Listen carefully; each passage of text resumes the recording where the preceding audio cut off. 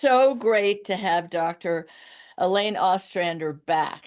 She's a canine genomics expert at the National Human Genome Research Institute. Wow, that's such a mouthful, Elaine. Are you studying human genomes or canine genomes, or how do the two intersect? We can't interbreed with dogs, although some of us often dream of that. Oh, a guy who could be as great as a dog. Never mind. How does the human and canine genome work, science, exploration help each other if it does? First, thank you for having me again. It's an absolute delight to talk with you and to have a chance to share the work that we in our larger community all over the world are doing.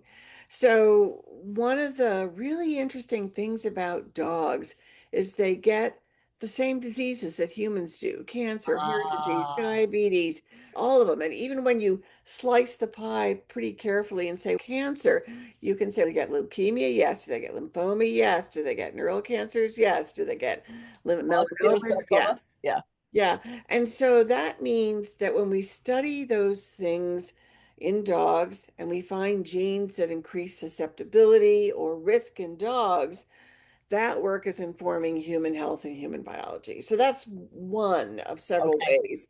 And that's a big thing because at the same time we improve canine health, right? Yes. We can develop, and there's many diagnostics and there are many genetic tests now for dogs to see if they're at risk for this disease or that disease, offered by lots of different companies. So helping dogs, helping humans, that's really the ideal way that this kind of citizen science works, because this is all a partnership with dog owners. I think the other thing we think a lot about is dog behavior. And Yes. every owner has an anecdote, every owner has a story about how their dog read their mind, or their dog was there at the right time, or really interesting behavior their dog displayed, sometimes without even training, if you think about things like herding dogs or hunting dogs. Right. And understanding how that happens. Again, what are those genes, which we're trying to figure out by looking at breeds? We look at herding breeds, we look at hunting breeds, or even just looking at individual behaviors. There are lots of groups that are sending out huge questionnaires to owners saying, does your dog do this? Does your dog do this? Does your dog do this? How does it interact with toys? How does it interact with strangers? What makes it fearful? Oh, And then working with behavioral scientists to put together those things into constellations, and then looking at the genetics that underlies that, and again hoping that helps inform us about human behavior, not just human neurodivergent behaviors or anomalous behaviors, but just our everyday behaviors, our decision making, our whatever it is that we do that makes us human. We know when we look at our dogs, we're seeing some of that. They mirror us in so many ways. So studying them, studying us, they fit together really well. and is it easier to study dogs than humans, you think? And Or it's certainly in disease, yes. Yes, absolutely, in disease. And the main reason is because dogs are divided historically into breeds. And in order to be a member of a breed, your parents had to be members and your grandparents had to be That's members. right. And so that means for a given disease, we can take something complex like diabetes. Maybe when we look across humans, there's many disease genes, and we don't know if my diabetes or your diabetes is caused by this gene, that gene. There often aren't very good signals. But dogs within a breed, if we look at a complex disease, there aren't going to be 100 risk genes. There's going to be a much smaller Right. number because they all came through the sort of breed bottleneck. Disease, yep, works great. Studying behavior in dogs, I think things are easier and things are harder. For sure, dogs don't have the complexity of behaviors that humans have. And while they're susceptible to environment, we're very susceptible to environment in a way that changes moment to moment, to who's in the room, to who said what, our family interactions, right? And so I think where the dog community is heading appropriately is in coming up with really good metrics, really good tests that allow us to look at a range of behaviors and what we might have in the old days called emotions, fearfulness or anxiety or whatever. And so I think that the community is putting a lot of time there. And we know from human genetics that's really hard, right? We can just see how definitions Right. Various behaviors have changed just even in recent years. So I think that's a great thing to be doing, and I think it's going to lead to really good places. Really good places. Do you think it will help us be better stewards of our children and ourselves and our grandparents? Selfishly, there's a lot of money and a lot of time and energy. You've devoted your career to this. You can't be doing it just on behalf of dogs. Anyone listening to the show loves dogs. I'm sure you like or love them on a scale of 1 to 10, but your life's work, I'm guessing, must be more, your greater interest must be in humans, how the human wellness, let's call it. Yeah, so that's a really good question. Traditionally, half my lab has worked in human genetics and half in dog genetics. And about 7 years ago, I actually shut down the human genetics part Wow. because there was so much happening in dogs. And as the dog genome had been sequenced, and now we had been a big part of sequencing thousands of genomes from hundreds of breeds, it was like being a kid in a candy shop, right? It was like, I want to do this, I want to do this, I want to do this, I definitely want to do that, right?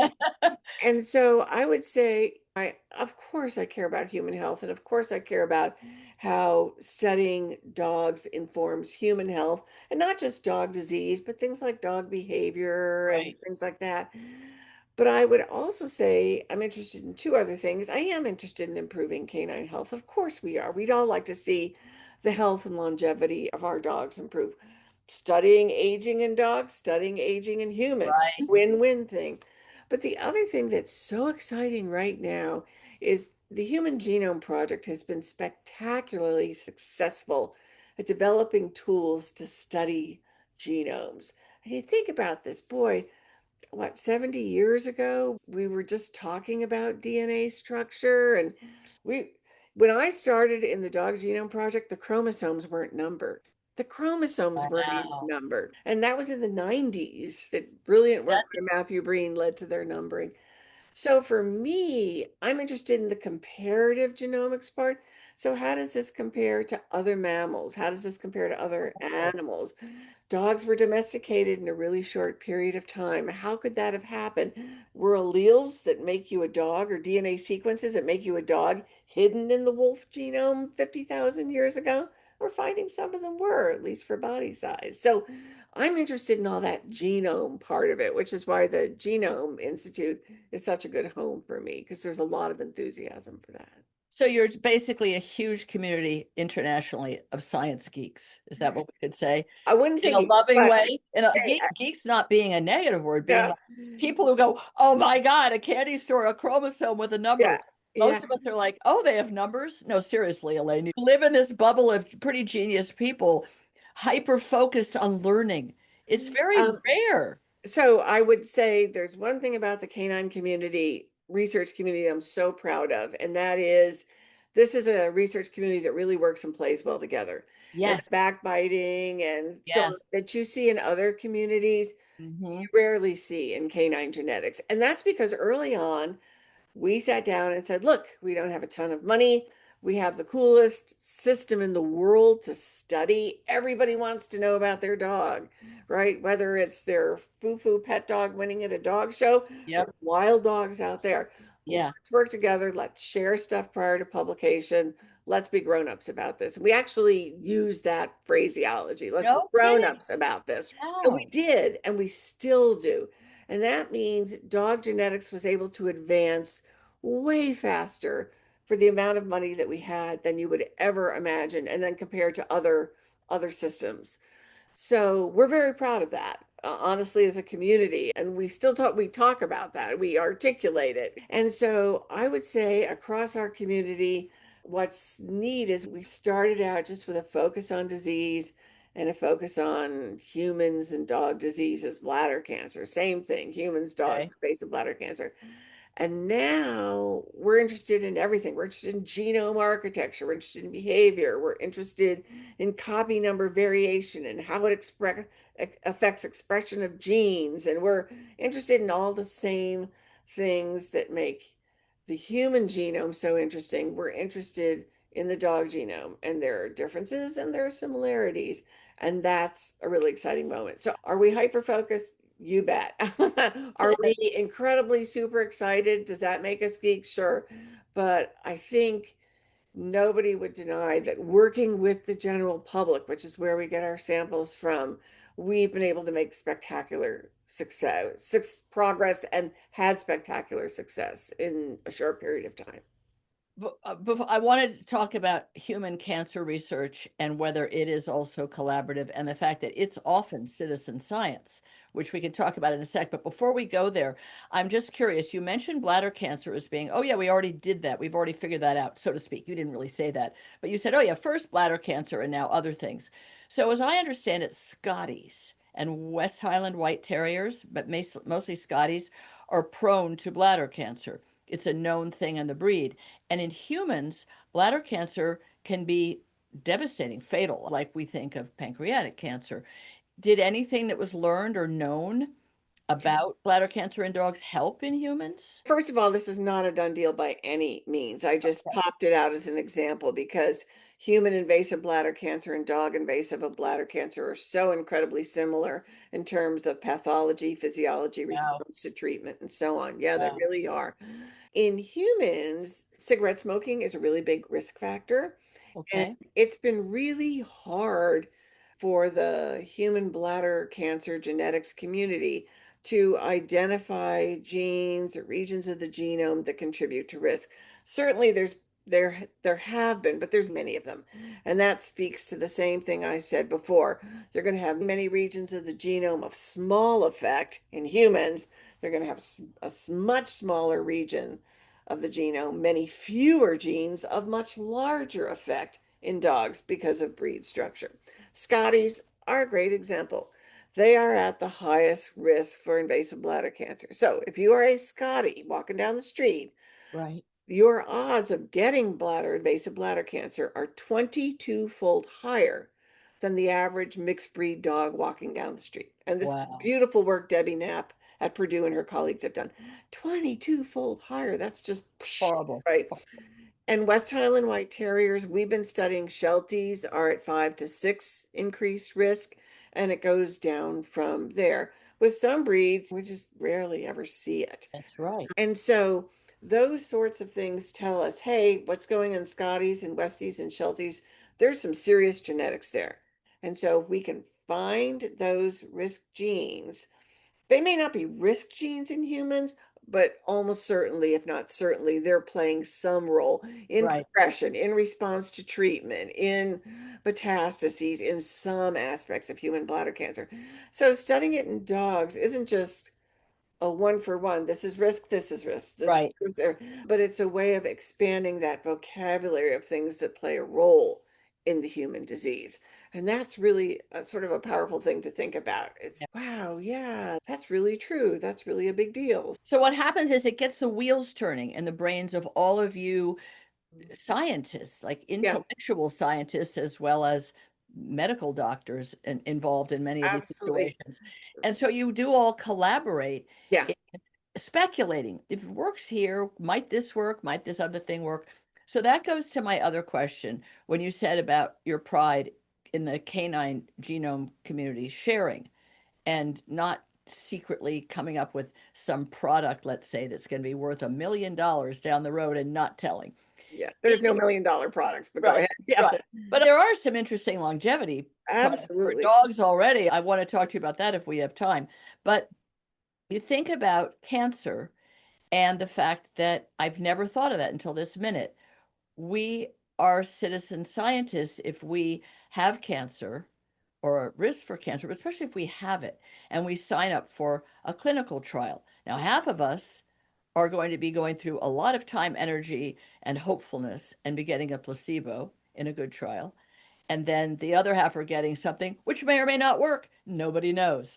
That's pretty generous too, isn't it? In terms of citizens, I never thought of it that way, but they're contributing to the greater good, to bigger knowledge. Absolutely. And I've not been involved in any human trials, but I've certainly talked to friends of mine who have cancer who've been involved in human trials. And I've asked the question, you don't know if you're getting the drug, which may or may not work, or a placebo, how do you feel? And honestly, what most people say to me is, of course, I hope I'm getting the drug and I hope it works, but I'm at peace because I know I'm making a contribution for the next Exactly. person who has it and the next person.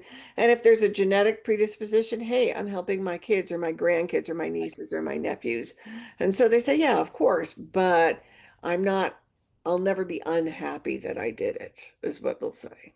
And that must be how the dog owners feel as well. In fact, I very much wanted to put one of my dogs who's older in the loyal, it's basically citizen science. You go to these 10 sites, or I don't know if it's 10, it may not, it might be more than, it might be 100. I forget. I'm horrible at numbers. And your dog gets either, I think it's a placebo or the real something or another, and you don't know. And so people are going up to 2 hours each way, depending on how far they live from one of these sites. And the feeling in the dog world, just with regular dog owners, and you don't even have to have obviously a purebred dog, is I don't know, maybe it will help. Because we've all lost enough dogs in our lives if we're of a certain age. So, wow, wouldn't it be great if they didn't have to die so young or get these various diseases, cancer in particular, so young? So it I is a think, feeling of community, even for those of us that are just putting a drop in the bucket. and it's the thing about dogs is, the super high proportion of people who work in the field, of course, have dogs. Everybody in my lab has dogs. There are two people in my lab who each have three dogs. One lives in a little condominium. I don't know how they do that, right? They all do. And it's one thing to have someone in your family or you to have breast cancer, prostate cancer, colon cancer, and that's overwhelming and devastating.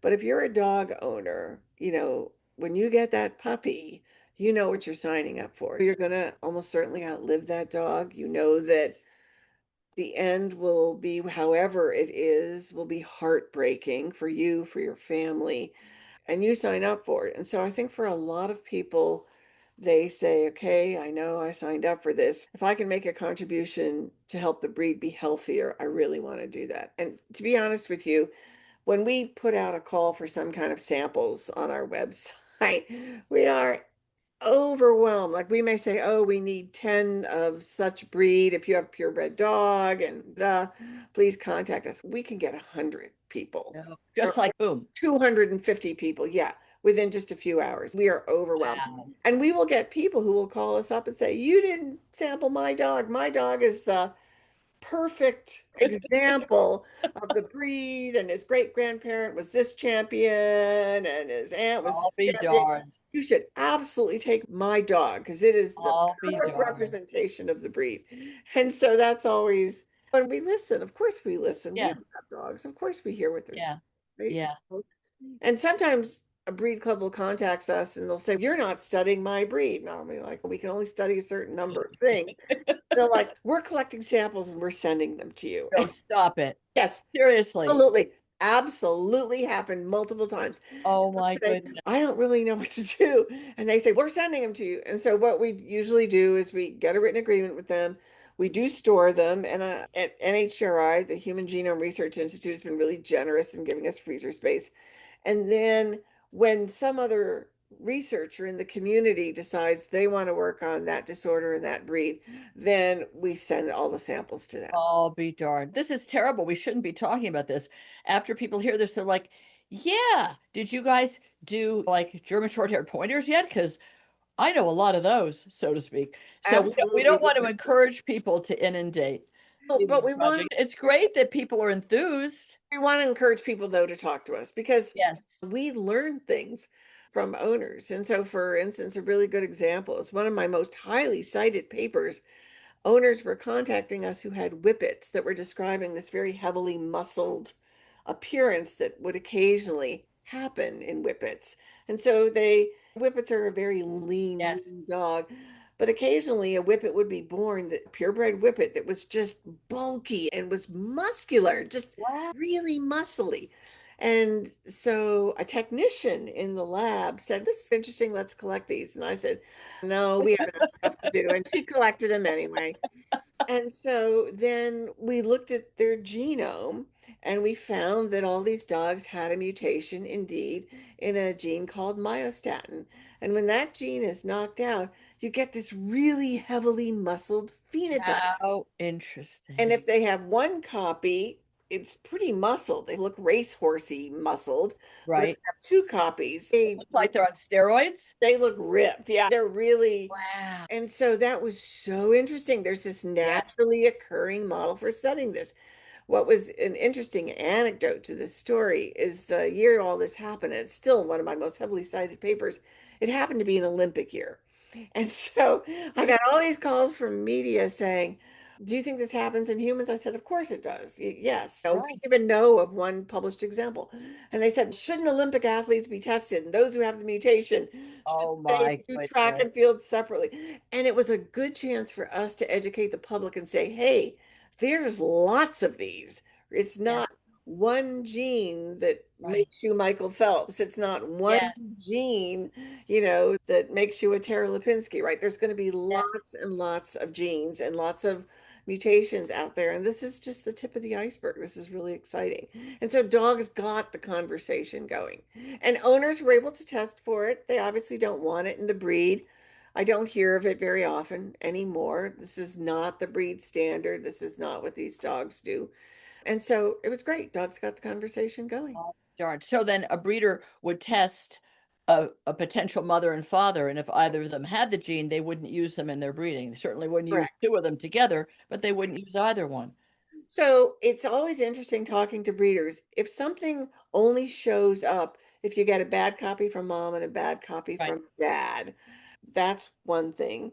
If it shows up, if you just get one bad copy from either mom or dad, that's another thing. So dominant versus recessive. And Yes. so we've really had to spend a lot of time, and breeders have been very receptive to this, that if this is in your line, don't throw out of the breeding pool the dog who has one bad copy. Yes. Keep it in the breeding pool. Just do your genetic testing and don't breed it with another. Because that dog probably has lots of other Good good qualities. stuff. Yeah. Yeah, good genes, good alleles, good Yeah. variants. And you want to keep them in the gene pool. You don't want to make your gene pool narrower, narrower, Right. because something else will pop up. And so at first that was not quite intuitive. Breeders totally have it now. And they're like, yes, of course, that makes perfect sense. But Uh, all that's an educational path because a yeah. lot of the work that we talked about the last time you came on was about German Shepherds and Hmm. how their breeding pool got smaller, and it has not been to their advantage. And everyone sees a few different breeds that just keep, as you said, it's a narrowing funnel, and it's just the same thing being repeated. And history doesn't like that. The example that Joan Rivers used to give about the Habsburg Empire. They just kept sleeping with their mothers, their brothers, their sisters, their nephews, and they were chinless wonders because they couldn't do a whole lot other than wear a crown or whatever, hold a scepter. But it's true, isn't it? Well, Human let me just, royalty. it is true, but let me just put in a plug for German Shepherds. For all the sort of bad, whatever they take, they're actually pretty healthy dogs. They live to be 12. They have jobs. They do their jobs really well. They do.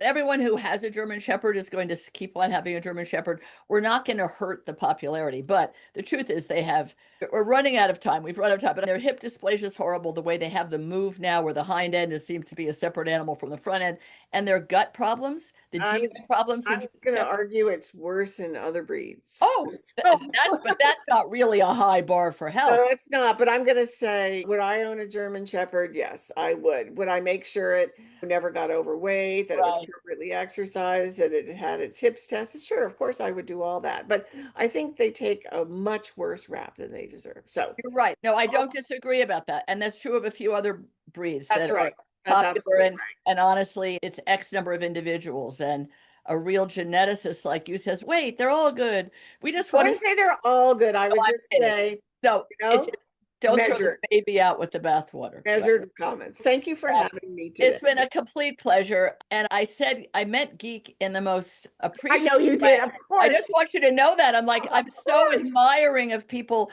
who use course. their brains on high rev all the time. It's like the We rest of us definitely do that, and I'll take geek do. as a compliment. And I I take love it as that. a compliment. Yeah. Wonderful. Absolutely. Thank you, Elaine Ostrander, and all the other wonderful people doing the good work you're doing. Thank Thank you you so very much on behalf of the community. much. Bye bye. Bye bye.